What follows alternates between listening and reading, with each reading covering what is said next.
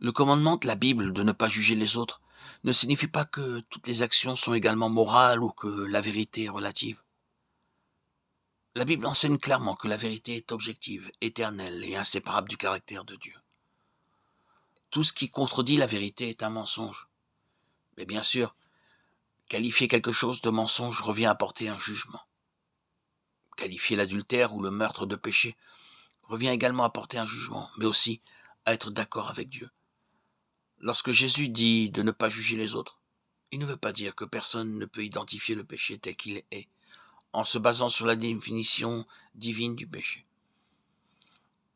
Et le commandement de la Bible de ne pas juger les autres ne signifie pas qu'il ne devrait pas y avoir de mécanisme pour traiter le péché. La Bible a un livre entier intitulé Juge. Le jugement fondé sur l'autosatisfaction sur le pharisien et le publicain, le jugement erroné.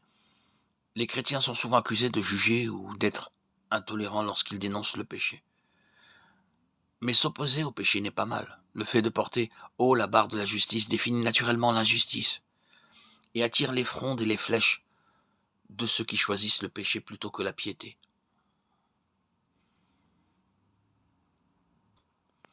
Jean-Baptiste a encouru la colère d'Hérodiade lorsqu'il a dénoncé son adultère avec Hérode. Marc 6, 18, 19. Elle a fini par faire taire Jean. Mais elle n'a pas pu taire la vérité. Ésaïe 48. L'herbe se dessèche, la fleur se fane, mais la parole de notre Dieu subsistera éternellement. Les croyants sont mis en garde contre le fait de juger les autres de manière injuste, mais Jésus recommande le jugement juste. Jean 7, 24. Ne jugez pas d'après l'apparence, mais jugez avec droiture.